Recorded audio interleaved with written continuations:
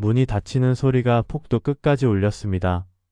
그 사람은 이미 돌아섰고 그대는 현관에 서서 방금 뱉은 말을 주워 담을 수 없다는 걸 알았습니다. 30년 알고 지낸 사이였습니다. 경조사마다 얼굴을 비췄고 명절이면 안부를 나눴습니다. 아이들 돌잔치에 축의금을 건넸고 부모님 장례에 조문을 왔습니다. 그렇게 쌓인 세월이 30년이었습니다. 그런데 마지막 순간 참았던 말 한마디가 튀어나왔습니다. 그동안 속으로 얼마나 무시했는지 다 알아요. 문이 닫히고 관계도 닫혔습니다. 그대의 30년은 그 한 문장으로 기억될 것입니다. 사람 사이에는 언젠가 끝날 인연이 반드시 섞여 있습니다. 이건 슬픈 일이 아니라 자연스러운 일입니다. 함께 걷던 길이 갈라지는 것, 서로의 속도가 달라지는 것, 마음의 방향이 어긋나는 것. 젊었을 때는 이별이 드물고 만남이 많습니다. 하지만 나이가 들면 만남보다 이별이 잦아집니다. 관계가 정리되는 일이 늘어납니다. 문제는 끝이 아닙니다. 문제는 끝내는 그날 내 입에서 어떤 말이 나오느냐입니다. 그대는 단체 대화방을 나가며 다들 잘 지내세요 라고 담담히 인사한 적이 있습니까? 아니면 이제 연락하지 마세요 라고 나를 세운 적이 있습니까? 경조사 자리에서 돌아서며 수고하셨습니다 라고 고개 숙인 적이 있습니까? 아니면 앞으로는 안 올 겁니다 라고 선언한 적이 있습니까? 두 문장의 내용은 같습니다. 관계를 끝내겠다는 뜻입니다. 하지만 남는 향기는 완전히 다릅니다. 한쪽은 여운을 남기고 한쪽은 상처를 남깁니다. 사람들은 첫인상을 오래 기억한다고 말합니다. 처음 만났을 때 어떤 옷을 입었는지, 어떤 표정을 지었는지, 어떤 말을 했는지. 그러나 더 오래 남는 건 마지막 인상입니다. 처음 만났을 때의 어색함은 시간이 지우지만 헤어질 때의 차가움은 시간이 오히려 선명하게 만듭니다. 그대가 어떤 사람이었는지 사람들은 마지막 장면으로 정리합니다. 수십 년의 기억이 마지막 5분으로 덮어 씌워집니다. 한 노연자는 말했습니다. 문을 닫을 때 소리를 내지 마라. 그 소리가 내 이름이 된다. 그대는 지금 누군가와의 관계를 정리하려 하고 있습니까? 혹은 이미 정리했지만 마음이 개운하지 않습니까? 돌이킬 수 없는 말을 했다는 후회가 남아 있습니까? 그렇다면 오늘 이야기가 필요합니다. 관계를 끝내는 것은 패배가 아닙니다. 때로는 끝내야만 서로가 살 수 있습니다. 다만 끝내는 방식이 그대의 남은 인생을 규정합니다. 그 방식이 그대의 품격을 드러냅니다. 그런데 왜 하필 마지막 순간에 평생 참았던 말이 튀어나올까요? 왜 그 순간만큼은 이성이 감정을 이기지 못할까요? 본격적인 이야기에 앞서 주제가 마음에 드신다면 구독과 좋아요 부탁드립니다. 내가 졌다고 생각하면 안 돼. 경조사 자리에서 돌아오는 차 안, 그대는 혼잣말을 했습니다. 오랜 지인이 인사도 없이 지나쳤습니다. 분명히 눈이 마주쳤는데 고개를 돌렸습니다. 모른 척했습니다. 억울했습니다. 내가 뭘 잘못했는지도 모르겠는데 왜 저 사람이 나를 피하는지도 모르겠는데 일방적으로 무시당한 느낌이 들었습니다. 집에 돌아와서도 그 장면이 머릿속을 떠나지 않았습니다. 밥맛이 없었습니다. 텔레비전을 켜도 내용이 들어오지 않았습니다. 관계가 틀어지면 사람은 본능적으로 승패를 따집니다. 누가 먼저 잘못했는지, 누가 더 상처를 줬는지, 누가 이기고 누가 졌는지. 머릿속에서 법정이 열립니다. 내가 검사가 되고 상대가 피고가 됩니다. 증거를 모으고 증인을 세우고 판결문을 쓰고 싶어집니다. 저 사람이 나빴다는 결론을 내려야 마음이 풀릴 것 같습니다. 내가 피해자다라는 확인을 받아야 억울함이 가실 것 같습니다. 그러나 인생 후반에는 이상한 일이 벌어집니다. 승부의 결과는 희미해지고 태도의 기억만 선명해집니다. 20년 전 다투었던 내용은 잊어도 그때 상대가 보인 표정은 잊히지 않습니다. 무슨 말로 싸웠는지는 기억나지 않아도 그 사람이 마지막에 문을 쾅 닫았다는 건 기억납니다. 내가 이겼는지 졌는지는 아무도 기억하지 않습니다. 심지어 나 자신도 잘 기억하지 못합니다. 하지만 내가 끝까지 품위를 지켰는지 아니면 무너졌는지는 모두가 기억합니다. 그대는 지금 관계를 정리하려 합니다. 이유는 다양할 것입니다. 상대가 선을 넘었을 수도 있습니다. 참을 수 없는 말을 들었을 수도 있습니다. 내가 더 이상 맞출 힘이 없을 수도 있습니다. 서로의 세계가 너무 달라져서 대화가 되지 않을 수도 있습니다. 이유가 무엇이든 정리하겠다는 결심은 잘못이 아닙니다. 모든 관계를 끝까지 유지해야 한다는 법은 없습니다. 문제는 방법입니다. 정리의 이유가 아니라 정리의 방식입니다. 정리할 때 내가 옳았다를 증명하려 들면 말이 길어지고 감정이 섞이고 결국 후회할 문장이 튀어나옵니다. 상대를 이기려 할수록 내가 망가집니다. 반면 나는 끝까지 나답게 끝내겠다로 방향을 바꾸면 말은 짧아지고 감정은 가라앉고 돌아서는 뒷모습이 단정해집니다. 승부는 상대와 나 사이에서 결정됩니다. 상대가 어떻게 나오느냐에 따라 결과가 달라집니다. 하지만 품격은 나 혼자서 지킵니다. 상대가 어떻게 나오든 내 태도는 내가 선택합니다. 그리고 그 선택이 저 사람은 끝까지 사람이었구나라는 한 줄 평으로 남습니다. 그 한 줄이 앞으로 만날 사람들에게 전해집니다. 그대가 관계를 정리하려는 이유는 무엇입니까? 폭수입니까? 아니면 평안입니까? 이 질문에 솔직히 답할 수 있다면 다음 장으로 넘어갈 준비가 된 것입니다. 저도 한때 관계를 망친 적이 있습니다. 오래 알고 지낸 후배가 있었습니다. 제가 어려울 때 손을 내밀었고 그 후배가 어려울 때 제가 손을 내밀었습니다. 서로 빚을 지고 갚는 사이였습니다. 그런데 어느 순간부터 전화가 뜸해졌습니다. 연락해도 바쁘다는 말만 돌아왔습니다. 처음에는 진짜 바쁜가 보다 했습니다. 그런데 다른 사람과는 잘 어울린다는 소식이 들려왔습니다. 저만 피하는 것이었습니다. 나중에 알고 보니 저에 대한 좋지 않은 이야기가 주변에 돌고 있었습니다. 출처를 추적하니 그 후배였습니다. 분노가 치밀었습니다. 당장 전화해서 따지고 싶었습니다. 왜 그랬냐고, 내가 뭘 잘못했냐고, 그동안 내가 해준 게 뭔데 이러냐고. 머릿속에서 대사가 완성됐습니다. 한마디 한마디 날카롭게 다듬었습니다. 실제로 전화를 걸었습니다. 그리고 30분 동안 쏟아냈습니다. 준비한 대사를 다 쓰고 준비하지 않은 말까지 덧붙였습니다. 전화를 끊고 나서 속이 시원할 줄 알았습니다. 그런데 이상하게 더 찝찝했습니다. 가슴이 뻥 뚫린 게 아니라 오히려 더 무거웠습니다. 며칠 뒤 공통 지인을 만났는데 그 지인이 조심스럽게 말했습니다. 선배님이 그렇게 화내신 얘기가 퍼졌더라고요. 좀 놀랐어요. 제가 피해자였는데 어느새 저도 가해자처럼 보이고 있었습니다. 억울한 쪽은 저였는데 감정을 못 다스리는 사람으로 기억되고 있었습니다. 그때 깨달았습니다. 관계가 무너질 때 사람은 대부분 같은 실수를 반복합니다. 복잡한 기술이 필요한 게 아니었습니다. 오히려 단순한 금지 3가지를 지키는 것이 가장 어렵고 가장 강했습니다. 하지 않는 것이 하는 것보다 어렵습니다. 참는 것이 터뜨리는 것보다 힘이 듭니다. 하지만 그 어려움을 견딘 사람만이 관계가 끝난 뒤에도 자신을 지킬 수 있습니다. 오늘은 딱 3가지만 약속합니다. 첫째, 원한을 들고 살지 말 것. 상처는 인정하되 그 상처를 매일 꺼내보지 않겠다는 결심입니다. 상처가 있다는 걸 부정하는 게 아닙니다. 다만 그 상처가 오늘 하루를 지배하게 두지 않겠다는 것입니다. 둘째, 입으로 소문을 만들지 말 것. 억울해도 내 편을 만들려고 상대를 깎아내리지 않겠다는 결심입니다. 말은 퍼집니다. 한번 뱉은 말은 주워 담을 수 없습니다. 셋째, 감정으로 폭발하지 말 것. 화가 나도 그 자리에서 결론을 내리지 않겠다는 결심입니다. 뜨거운 머리로 내린 결론은 대부분 후회로 돌아옵니다. 3가지가 쉬워 보입니까? 저는 셋 다 실패해봤습니다. 그래서 압니다. 이 3가지를 지키는 사람은 관계를 잃어도 자신을 잃지 않습니다. 그리고 자신을 잃지 않은 사람에게는 더 좋은 관계가 찾아옵니다. 그대는 이 3가지 중 어느 것이 가장 어렵습니까? 새벽 4시에 눈이 떠졌습니다.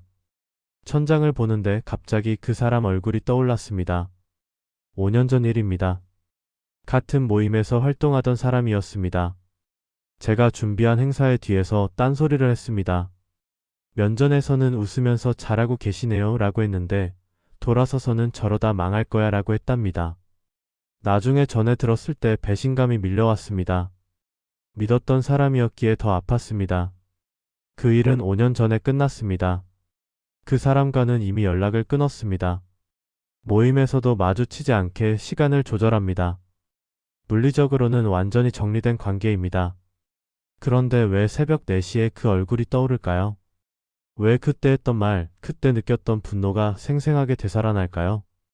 왜 5년이 지났는데도 그 장면이 어제 일처럼 선명할까요? 답은 간단합니다. 제가 원한을 내려놓지 않았기 때문입니다. 관계는 끊었지만 마음은 끊지 못했습니다. 원한은 상대에게 보내는 벌처럼 보입니다. 저 사람이 잘못했으니 저 사람을 미워해도 된다고 생각합니다. 미워하는 것이 정당한 응징이라고 느낍니다. 그런데 원한은 이상한 구조를 가지고 있습니다. 내가 품고 있는데 썩는 건 내 아닙니다. 뜨거운 숯을 손에 쥐고 상대에게 던지려는 것과 같습니다. 던지기 전에 내 손이 먼저 덥니다. 상대는 모릅니다. 상대는 잘 먹고 잘 자고 잘 삽니다. 괴로운 건 숯을 쥐고 있는 사람뿐입니다. 경기도에 사는 68살 박 선생은 이렇게 말했습니다. 형제 사이가 틀어진 지 10년이에요. 아버지 재산 문제로 다퉜어요. 명절마다 그 생각을 해요. 왜 그때 형이 그랬을까? 왜 나한테만 그랬을까? 생각하면 할수록 억울해요. 밤에 잠이 안 와요. 그런데 어느 날 문득 깨달았어요. 형은 지금 손주 보면서 잘 살고 있는데 괴로운 건 나 혼자라는 거. 형은 내 생각 안 하는데 나만 형 생각하고 있는 거. 그날 이후 박 선생은 형을 생각하는 시간을 의식적으로 줄이기 시작했습니다. 생각이 떠오르면 오늘도 저 사람에게 하루를 줄까 스스로 물었습니다. 대부분의 날 답은 아니었습니다. 원한이 올라오는 날에는 이렇게 해보십시오. 상대를 생각하기 전에 먼저 나를 봅니다. 이 사람에게 오늘 하루를 줄 것인가? 질문을 바꾸면 감정이 바뀝니다. 상대가 나빴다는 사실은 변하지 않습니다. 그 사실을 부정할 필요는 없습니다. 하지만 그 사실이 내 오늘을 지배할 필요도 없습니다. 원하는 과거를 붙잡는 손입니다. 그 손을 놓아야 미래를 잡을 수 있습니다. 놓는다고 상대를 용서하는 게 아닙니다. 다만 내 손을 자유롭게 하는 것입니다. 그대는 지금 누구에게 하루를 내주고 계십니까? 그 사람이 나한테 그랬어요. 전화기를 붙잡고 1시간을 이야기했습니다. 친한 동창에게 전화한 것입니다. 오래 알고 지낸 사이라 속 이야기를 할 수 있다고 생각했습니다. 그 동창은 내 편이니까 들어줄 것이라 믿었습니다. 상대가 얼마나 나빴는지, 내가 얼마나 참았는지, 왜 내가 이런 대접을 받아야 하는지 처음부터 끝까지 쏟아냈습니다. 동창은 그랬구나 힘들었겠다 이해해라고 맞장구를 쳐줬습니다. 전화를 끊고 나니 속이 좀 풀리는 것 같았습니다. 내 편이 생긴 느낌이었습니다. 그런데 며칠 뒤 이상한 일이 벌어졌습니다. 그 동창의 태도가 달라졌습니다. 전화를 받아도 말이 짧아졌고 약속을 잡아도 자꾸 미뤘습니다. 카카오톡 답장도 늦어졌습니다. 처음에는 바쁜가 보다 했습니다. 하지만 다른 사람에게는 답장을 빨리 하더군요. 저한테만 느렸습니다. 나중에 안 사실입니다. 그 동창이 다른 사람에게 말했더군요. 요즘 누가 자꾸 전화해서 남 험담을 해요. 1시간씩 붙잡고 얘기해요. 듣기 불편해요. 제가 한 이야기가 험담이 되어 돌고 있었습니다. 내 편을 만들려던 행동이 오히려 내 신뢰를 깎아먹고 있었습니다. 억울함을 호소한 건데 돌아온 건 저 사람은 뒤에서 남 험담하는 사람이라는 평가였습니다. 험담은 묘한 역설을 가지고 있습니다. 상대를 깎아내리는 것 같지만 듣는 사람은 말하는 사람을 평가합니다. 저 사람이 저렇게 말하는 걸 보니 언젠가 나도 저렇게 말해지겠구나. 사람들은 입 밖으로 말하지 않아도 속으로 계산합니다. 오늘 나에게 남 험담을 하는 사람은 내일 남에게 나 험담을 할 사람입니다. 그리고 그 계산의 결과는 거리두기입니다. 험담을 많이 하는 사람 곁에는 사람이 남지 않습니다. 서울에 사는 71살 최 여사는 모임에서 중심 역할을 하던 분이었습니다. 사람들이 최 여사를 중심으로 모였습니다. 그런데 모임 내 갈등이 생기면서 한쪽 편을 들어 다른 쪽을 비판하기 시작했습니다.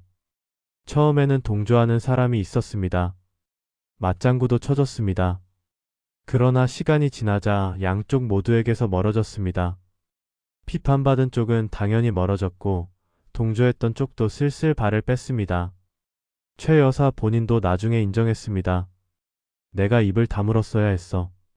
말을 많이 하니까 결국 나만 고립됐어. 억울한 마음은 어디로 가야 할까요? 말로 풀면 안 된다면 그 감정은 어떻게 처리해야 할까요? 방법은 있습니다. 글로 쓰십시오. 누구에게 보내지 않아도 됩니다. 손으로 쓰고 소리 내어 읽고 찢어서 버리십시오. 감정은 표현되어야 풀립니다. 하지만 표현의 대상이 사람일 필요는 없습니다. 종이는 판단하지 않습니다. 종이는 소문을 퍼뜨리지 않습니다. 칼은 남을 베는 것 같아도 손잡이를 잡은 손에서 먼저 힘이 빠집니다. 험담도 마찬가지입니다. 상대를 깎는 것 같아도 닳는 건 내 품격입니다. 그대는 최근 누군가에게 다른 사람 이야기를 한 적이 있습니까? 그 이야기가 듣는 사람 눈에 나를 어떻게 보이게 했을까요? 나 참 더 이상 못 참아. 명절 저녁 식탁에서 터졌습니다. 며느리와 사이가 좋지 않았던 시어머니였습니다. 작은 말다툼이 시작이었습니다. 며느리가 반찬 투정을 했고 시어머니는 참았습니다. 그런데 이어서 명절마다 왜 꼭 여기 와야 하는지 모르겠어요 라는 말이 나왔습니다. 그 순간 쌓였던 감정이 한꺼번에 쏟아졌습니다. 그동안 얼마나 참았는지 알아? 내가 이 집에서 뭐야? 너 시집오고 나서 이 집이 어떻게 됐는지 알아? 30분간 이어진 고성 끝에 아들이 중간에서 양쪽을 말렸고 명절은 그렇게 끝났습니다. 며느리는 울면서 방에 들어갔고 손주들은 겁에 질린 표정으로 할머니를 쳐다봤습니다. 다음날 시어머니는 후회했습니다. 할 말은 했습니다. 속에 있던 이야기를 다 꺼냈습니다. 그런데 개운하지 않았습니다. 오히려 며느리 얼굴, 손주들 표정이 자꾸 떠올랐습니다. 그 말이 남긴 상처는 주워 담을 수 없었습니다. 내가 왜 그랬을까? 참았으면 됐는데. 후회가 밀려왔습니다. 감정이 폭발하는 순간 속은 시원합니다. 참았던 것을 쏟아내는 쾌감이 있습니다. 그동안 눌러왔던 것이 터져나오는 해방감이 있습니다.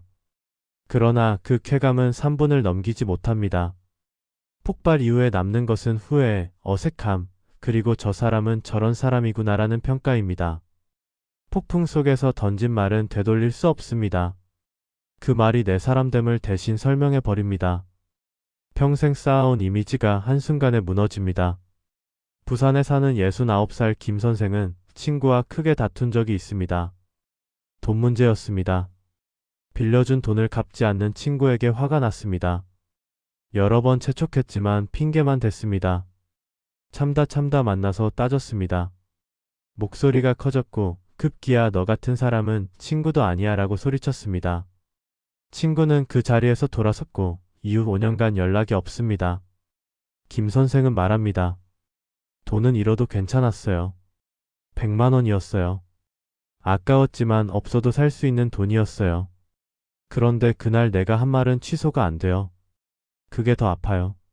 40년 우정을 그 한마디로 끄는 거예요. 감정이 치밀 때는 결론을 내리지 마십시오. 최소 하루는 말을 보류하는 것이 가장 강한 정리입니다. 보류는 포기가 아닙니다. 더 나은 타이밍을 고르는 것입니다. 차가운 머리로 하는 말은 뜨거운 가슴으로 하는 말보다 정확하고 정확한 말은 상처를 덜 남깁니다. 같은 내용이라도 언제 어떻게 말하느냐에 따라 결과가 달라집니다. 폭발하고 싶은 순간 이렇게 해보십시오. 숨을 3번 천천히 쉬고 스스로 묻습니다. 이 말을 하고 나서 1년 뒤에도 후회하지 않을까? 대부분의 경우 답은 후회할 것 같다입니다. 그렇다면 오늘은 참고 내일 다시 생각합니다. 하루가 지나면 감정의 온도가 내려갑니다. 내려간 상태에서 말하면 후회가 줄어듭니다. 그대가 가장 최근에 폭발했던 순간은 언제입니까? 그때 한 말은 지금도 유효합니까? 아니면 후회가 남습니까? 3가지 금지는 겉으로 달라 보입니다. 원하는 마음속에 품는 것이고 험담은 입 밖으로 내는 것이고 폭발은 행동으로 터뜨리는 것입니다. 하나는 안에 쌓이고 하나는 밖으로 퍼지고 하나는 순간에 터집니다. 형태가 다릅니다. 그러나 뿌리는 같습니다. 내가 틀린 사람이 아니었다를 증명하려는 집착, 내가 이렇게 당할 사람이 아니다라는 자존심. 이 두 가지가 마음을 끌고 갑니다. 그리고 이 두 가지가 그대의 시간과 에너지를 갉아먹습니다. 원한을 품는 것은 저 사람이 나빴다는 걸 잊지 않겠다는 집착입니다. 험담을 하는 것은 다른 사람도 저 사람이 나빴다는 걸 알아야 한다는 집착입니다. 감정을 폭발시키는 것은 지금 당장 저 사람에게 내가 틀리지 않았다는 걸 보여주겠다는 집착입니다. 세 가지 모두 증명하려는 욕구에서 비롯됩니다. 내가 옳았다는 것, 내가 피해자라는 것, 상대가 가해자라는 것. 이걸 세상에 알리고 싶은 마음이 원한이 되고 험담이 되고 폭발이 됩니다. 경기도에 사는 73살 이 선생은 은퇴 후 텃밭을 가꿉니다.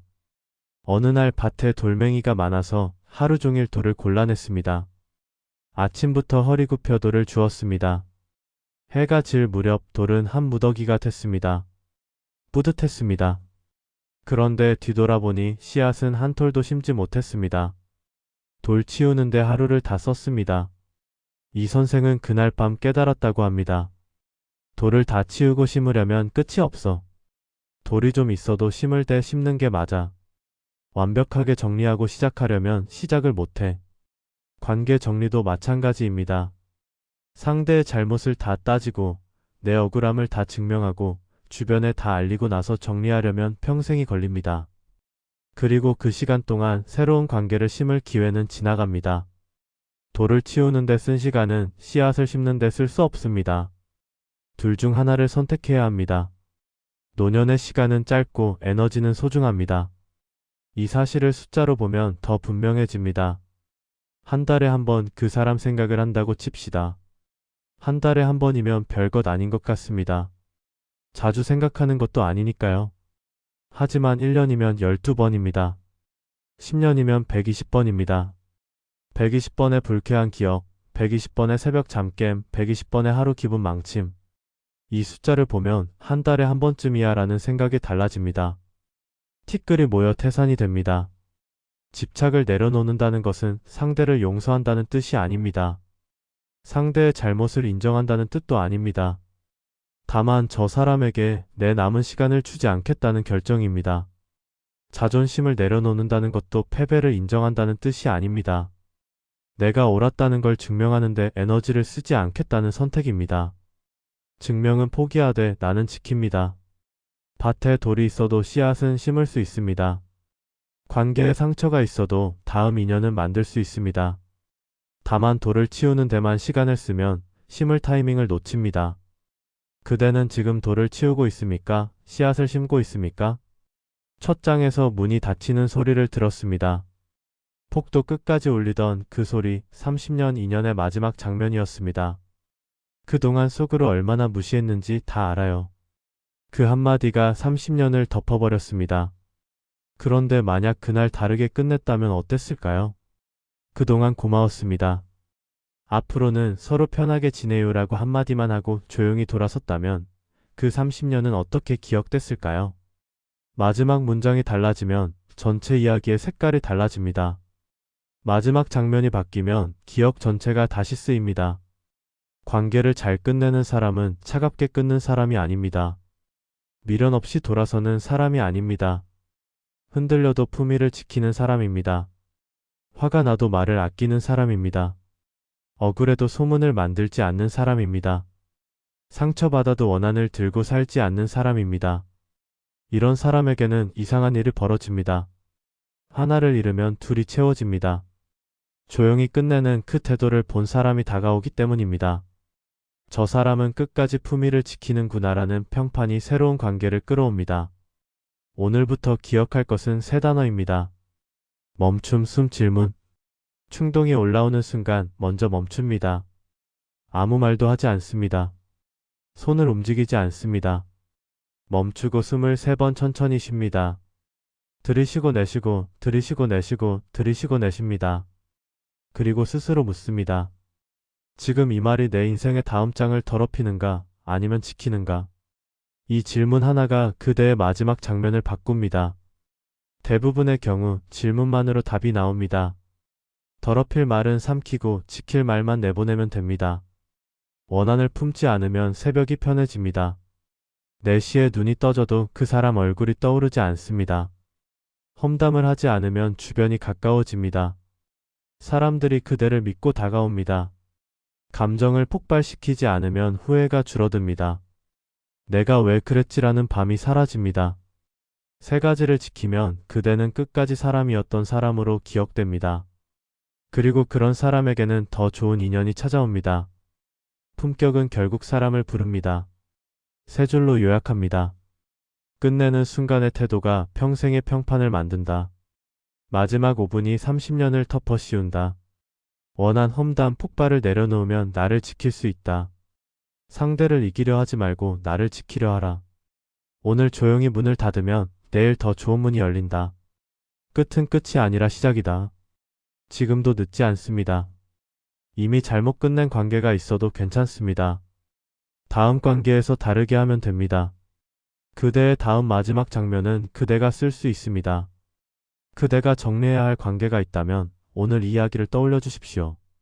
그리고 마음에 남은 것이 있다면 댓글로 한 줄만 남겨주세요. 지금 가장 정리하고 싶은 관계는 무엇입니까? 세 가지 금지 중 가장 어려운 것은 어느 것입니까? 함께 이야기 나누면 더 쉬워집니다. 다음 이야기에서 다시 만나겠습니다.